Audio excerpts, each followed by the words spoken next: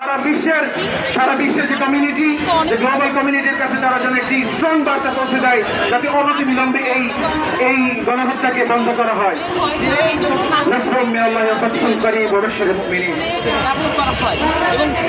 ধন্যবাদ জনাব তারেক রেজাকে আজকের বক্তব্যের পর্যায়ে আর বক্তব্য রাখার জন্য অনুরোধ করছি জাতীয় নাগরিক পার্টি সম্মানিত যুগ্ম সদস্য সচিব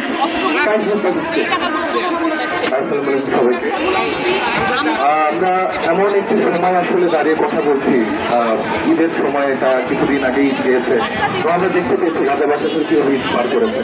আমরা পশ্চিমাবাসী, আমরা আমেরিকা, এদেরকে দেখতে পাই মানবাধিকার নিয়ে অনেক বড় বড় কথা বলতে, তাদের বড় বড় কাজ করতে, কিন্তু তারা আসলে গাজা উপত্যকা কি তারা দেখে কিনা আমি জানি না।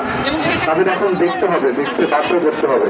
আমরা আজকে একটি নতুন বাংলাদেশে দাঁড়িয়ে আছি, যেখানে 5 আগস্ট আমরা একটি স্বৈরাচারী ফ্যাসিস্ট হাসিনাকে আমরা সরিয়েছি।